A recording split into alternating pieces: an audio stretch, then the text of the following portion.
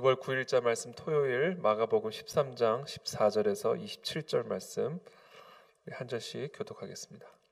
마가복음 13장 14절에서 27절 말씀. 멸망에 가증한 것이 서지 못할 곳에 선 것을 보거든 읽는 자는 깨달을진저 그때 유대에 있는 자들은 산으로 도망할지어다. 지붕에 있는 자는 내려가지도 말고 집에 있는 무엇을 가지러 들어가지도 말며 밭에 있는 자는 겉옷을 가지러 뒤로 돌이키지 말지어다. 그날에는 아이 벤 자들과 젖 먹이는 자들에게 화가 있으리로다. 이 일이 겨울에 일어나지 않도록 기도하라. 이는 그날들이 환난의 날이 되겠습니다. 하나님께서 창조하신 시초부터 지금까지 이런 환난이 없었고 후에도 없으리라. 만일 주께서 그날들을 감하지 아니하셨더라면 모든 육체가 구원을 얻지 못할 것이거늘 자기가 택하신 자들을 위하여 그날들을 감하셨느니라. 그때 어떤 사람이 너희에게 말하되 보라 그리스도가 여기 있다 보라 저기 있다 하여도 믿지 말라. 거짓 그리스도들과 거짓 선지자들이 일어나서 이적과 기사를 행하여 할 수만 있으면 택하신 자들을 미혹하려 하리라. 너희는 삼가라. 내가 모든 일을 너희에게 미리 말하였노라. 그때 그 환난 후 해가 어두워지며 달이 빛을 내지 아니하며 별들이 하늘에서 떨어지며 하늘에 있는 권능들이 흔들리리라. 그때 인자가 구름을 타고 큰 권능과 영광으로 오는 것을 사람들이 보리라. 또 그때 그가 천사들을 보내어 자기가 택하신 자들을 땅 끝으로부터 하늘 끝까지 사방에 모으리라. 아멘. 어제 본문 말씀에 이어서 오늘 예수님께서 계속 특별히 이 종말의 때에 일어날 징조들에 대한 이야기를 어제부터 이어서 말씀하고 계십니다. 특별히 이 예루살렘의 성전이 무너지게 될 것을 예언하시면서 그 성전이 무너질 때 일어나게 될 여러 징조들을 말씀하시는데 이것이 또한 우리의 이 종말의 때 정말 우리의 모든 삶의 중심이 되고 우리가 밟고 서 있는 이 땅이 완전히 무너지고 흔들리는 그런 종말의 때에 대한 이 징조를 예수님이 예언을 하고 계시는 그런 말씀입니다. 어제도 잠깐 말씀드렸지만 예수님은 이 70년 AD 70년에 일어나게 될 이 성전 파괴 사건을 미리 보고 계시는 것이죠. 유대인의 반란을 진압하는 이 로마 제국의 이 응징에 의하여 70년에 무너지게 될 이 성전, 돌 위에 하나도 돌이 남겨지지 않고 다 무너지게 될 그 장면을 예수님은 미리 보고 계시죠. 그리고 그 징조를 말씀하고 계시면서 특별히 우리가 어떻게 해야 할지 그와 같은 징조를 보면 그와 같은 징조의 때에 우리가 어떻게 스스로를 조심할지에 대해서 예수님이 말씀하시죠. 그래서 어저께도 제가 잠깐 말씀드렸지만 이 본문을 통해서 우리가 한 가지 묵상해야 할 묵상 포인트 가운데 하나는 예수님은 다 알고 계신다. 우리의 내일을 알고 계시고 우리의 10년 후를 알고 계시고 우리의 100년 후, 200년 후를 다 보고 계시는 주님. 마치 한 A4 용지 한 면에 온 인류의 시작과 끝을 한눈에 다 보고 계시는, 다 펼쳐놓고 보고 계시는 그 예수님께서 우리에게 하루하루의 삶을 인도하고 계신다라는 것이죠. 우리는 내일 어떤 일이 일어날지 모르고 앞으로 우리의 삶에 어떤 일이 펼쳐질지 모르지만 예수님은 다 알고 계시고 그 다 알고 계신 예수님께서 하루하루 우리의 삶을 인도하고 계시고 이끌어가고 계신다라는 사실입니다. 그렇기 때문에 저와 여러분들이 생명 걸고 해야 할 일은 바로 예수님의 음성에 귀를 기울이는 일입니다. 예수님과 동행하는 일이고 그 예수님의 말씀에 순종하는 일, 이것만이 우리가 이 땅에서 우리의 삶을 살아갈 수 있는 유일한 길이고 또 비결이다라는 것이죠. 특별히 오늘 본문에서 예수님은 이 멸망의 때에 일어나게 될 일을 좀 더 구체적으로 말씀하시면서 우리가 어떻게 해야 할지를 또한 구체적으로 미리 우리에게 말씀을 하고 계십니다. 그래서 오늘 이 말씀이 우리의 삶의 평생에 아주 중요한 삶의 끈이 되고 또 나침반이 되는 그런 은혜가 있게 되기를 바랍니다. 특별히 예수님이 이 마지막 때에 우리 가운데 일어나게 될 여러 징조를 말씀하시는데 14절 말씀입니다. 멸망에 가증한 것이 서지 못할 곳에 선 것을 보거든 읽는 자는 깨달을진저 그때 유대에 있는 자들은 산으로 도망할지어다. 이 마지막 때에 즉 하나님의 심판이 임하는 때죠. 성전이 무너지는 것처럼 우리의 삶의 모든 중심들, 우리가 밟고 서 있는 모든 토대들이 돌 위에 하나도 남겨지지 않고 완전히 다 무너지는 그 마지막 하나님의 심판의 때에 일어나게 될 징조가 있는데, 뭐냐면 멸망에 가증한 것이 서지 못할 곳에 서 있는 것. 그것을 보면 심판의 때가 임한 것을 알고 도망하라, 도망치라, 이렇게 주님이 말씀하고 계십니다. 멸망에 가증한 것과, 그러니까 멸망에 가증한 것이 서지 못할 곳에 선 것, 이것은 무엇을 의미하냐면 혼합을 의미합니다. 하나님의 심판이 임박한, 하나님의 심판이 임하는 그런 가장 중요한 징조가 무엇이냐면 바로 혼합입니다. 혼합. 연합이 아니라 혼합. 오늘날 이 세상은 혼합을 연합으로 혼동을 시키죠. 음란을 사랑으로 둔갑을 시키고 거짓을 진리인 것처럼 둔갑을 시키죠. 그와 마찬가지로 혼합을 연합으로 하나됨으로 혼동을 시키죠. 더러운 것과 깨끗한 것을 혼합시켜버리고 의와 불법을 혼합시키고 빛과 어둠을 혼합시키고 고린도후서죠. 고린도후서 사도 바울이 이야기합니다. 그리스도와 벨리알이 어떻게 조화를 이루겠는가? 어떻게 의와 불법이 사귈 수 있겠으며 어떻게 빛과 어둠이 서로 사귈 수 있겠느냐라고 말씀을 하시죠. 바로 그와 같은 혼합이 이루어진다라는 것이죠. 진리와 비진리가 혼합이 되어지고 이 모든 것들이 속된 말로 짬뽕이 되어지는 겁니다. 짬뽕. 이게 절대적인 진리의 축이 무너지면서 모든 것이 다름, 모든 것이 다양함, 모든 것이 상대적인 것이 되어버리면서 진리와 거짓이 혼합이 되어져 버리는 이것이 바로 하나님의 심판이 임박한 그 사인이다라는 것입니다. 그러니까 지금 우리는 이 심판의 때를 살아가고 있는 것이죠. 그렇기 때문에 지금 오늘 이 주신 이 말씀은 우리가 반드시 아주 진지하게 들어야 할 하나님의 말씀이고 이 말씀에 우리가 순종해야 된다라는 것이죠. 자, 그와 같은 일이 일어나게 되면 멸망에 가증한 것이 서지 못할 것에 선 것을 보게 되면 뭐를 하라고 얘기하시냐면 도망쳐라 이렇게 말씀하시죠. 도망쳐라. 산으로 도망하라. 산으로. 15절에 지붕 위에 있는 자는 내려가지도 말고 집에 있는 무엇을 가지러 들어가지도 말며 밭에 있는 자는 겉옷을 가지러 뒤로 돌이키지도 말고 산으로 도망가라는 얘기시죠. 급박성을 이야기합니다. 이 하나님의 심판의 급박, 언제 어떻게 정말 우리 가운데 이 하나님의 무서운 심판이 임할지 정말 번개처럼 임하게 될 것이다라는 것이죠. 그래서 피할 겨를도 없을 만큼. 그러니까 이와 같은 사인이 보면 무조건 도망치라는 겁니다. 이 급박성, 이 하나님의 심판의 이 급박성을 아주 긴박성을 이해하고 살라는 것이죠. 17절에 그날에는 아이 벤 자들과 젖 먹이는 자들에게 화가 있으리로다. 무차별성입니다. 아이를 벤 자들이라고, 임신한 자들이라고, 젖 먹이는 자들이라고 이 하나님의 심판이 피해가는 게 아니다라는 거예요. 목사든 목사의 자녀든 장로든 장로의 딸이든 신앙이 좋은 사람이든 신앙이 좋지 않은 사람이든 무차별적으로 어떻게 보면 하나님의 심판이 통으로 임하는 그때가 오니까 이 하나님의 이 무차별적인 심판과 이 급박하고 긴박한 이 심판의 때에 깨어 있으라는 얘기죠. 아주 이 심각한 이 하나님의 심판이 무서운 심판을 하나님이 예언하고 계시죠. 18절에 이 일이 겨울에 일어나지 않도록 기도하라. 이는 그 날들이 환난의 날이 되겠습니다.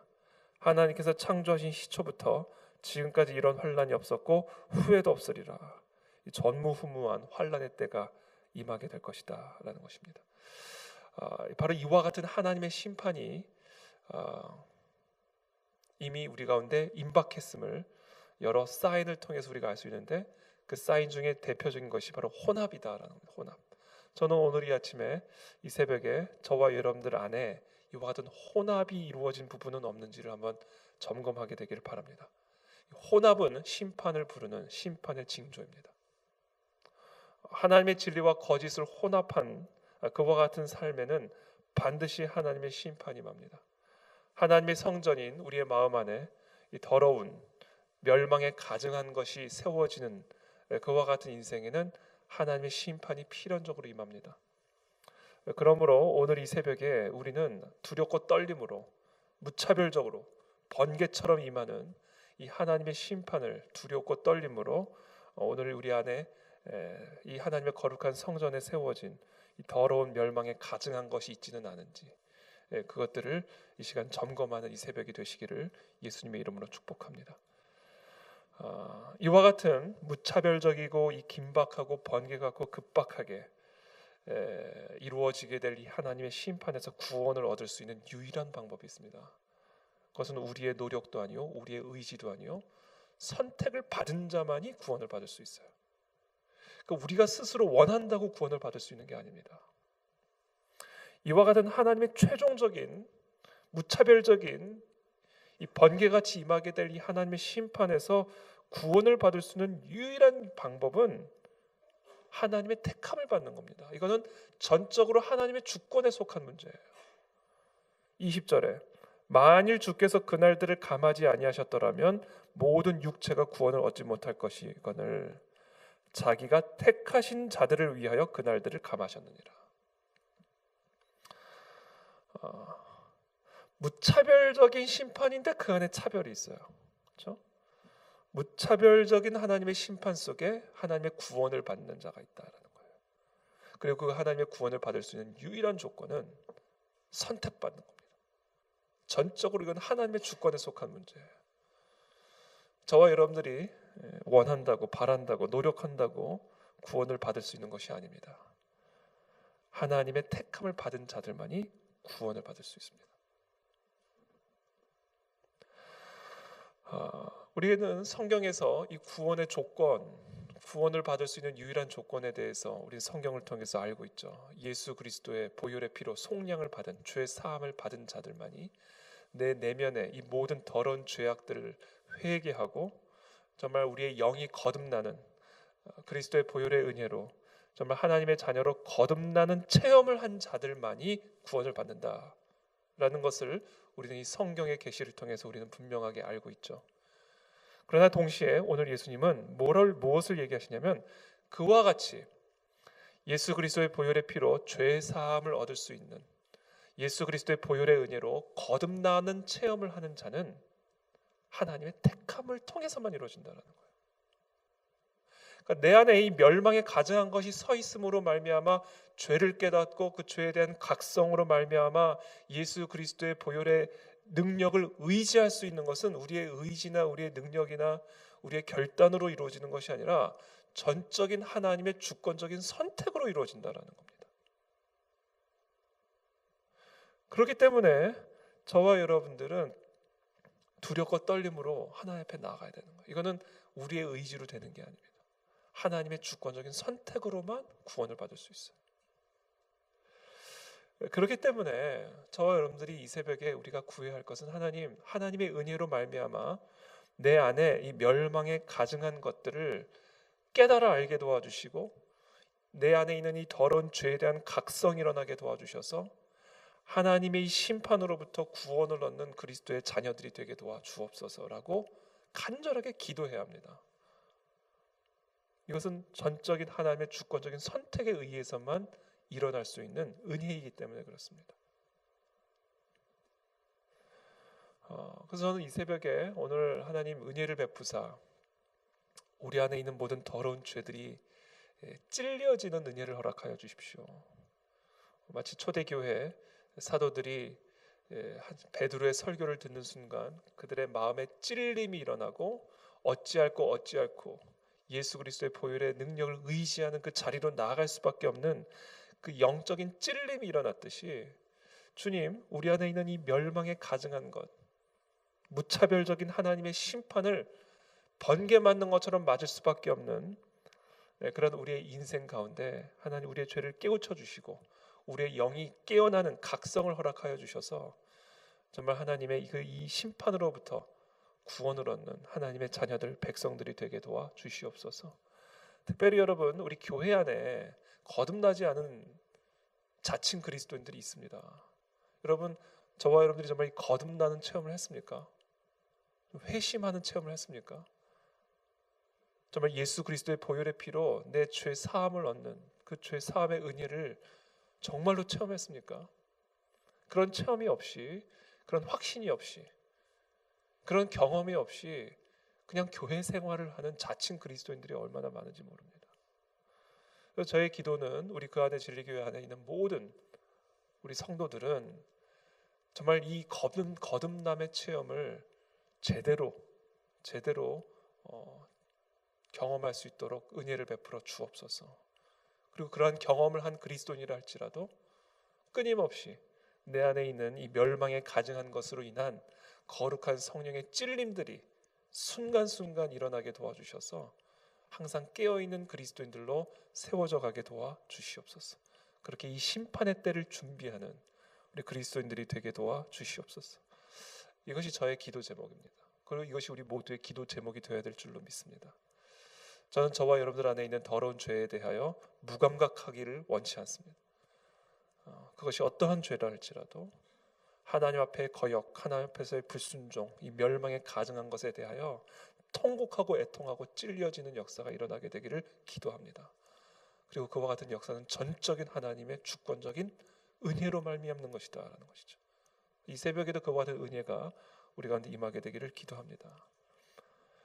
여러분, 이것을 경험했다고 해서 다가 아니에요. 예수님은 계속해서 경고하십니다.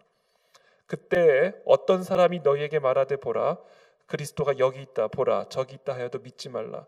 거짓 그리스도들과 거짓 선지자들이 일어나서 이적과 기사를 행하여 할 수만 있으면 택하신 자들을 미혹하려 하리라. 택함을 받은 자들도 미혹할 것이다. 이렇게. 그래서 이야기하시죠. 너희는 조심하라. 내가 모든 일을 너희에게 미리 말하였노라. 미리 다 경고하셨다라는 것이죠. 그때 그 환난 후 해가 어두워지며 달이 빛을 내지 아니하며 별들이 하늘에서 떨어지며 하늘에 있는 권능들이 흔들리리라. 그때에 인자가 구름을 타고 큰 권능과 영광으로 오는 것을 사람들이 보리라. 또 그때 그가 천사들을 보내어 자기가 택하신 자들을 땅 끝으로부터 하늘 끝까지 사방에서 모으리라. 택하신 자들. 그래서 오늘 이 본문을 한마디로 이제 결론을 내린다면 이 멸망에 가증한 것이 서 있는 이 더러운 이 더러운 멸망에 가증한 것과 혼합되어져 버린 이 시대 속에서 우리는 살아가고 있죠. 이것이 가장 확실한 심판의 징조입니다. 그리스도인들이 벨리알과 조화를 이루고 의와 불법이 사귀는 혼합의 때에 우리는 살아가고 있습니다. 이것은 곧 하나님의 심판이 곧 급박하게 무차별적으로 임하게 될 것을 명확하게 가르쳐주고 있습니다. 우리는 이 심판의 때를 살아가고 있는 그리스도인으로서 정말 우리가 정말 하나님의 선택을 받은 자인지를 점검해야 된다. 하나님의 선택을 받은 자의 가장 중요한 사인은 거듭남이다. 죄 사함의 은혜를 내가 경험했는가? 예수 그리스도의 보혈의 피로 말미암는 죄 사함에 거듭나는 체험을 했는가? 이것이 바로 선택을 받았는가의 가장 중요한 표지다.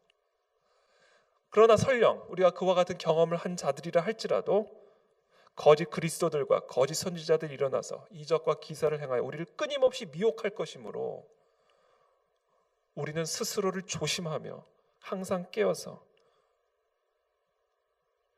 우리에게 곧 임박하게 될 하나님의 심판의 때를 준비해야 된다라는 것입니다. 그래서 오늘 이 아침에 하나님 우리 모두에게 은혜를 베풀어 주시고 또 우리 모든 자녀들에게 또 우리 모든 성도들에게 은혜를 베풀어 주시고 그래서 우리에게 이 택함의 표지인 죄 사함의 은혜를 경험하게 도와주옵소서. 이 택함의 표지인 거듭남의 체험을 허락하여 주옵소서.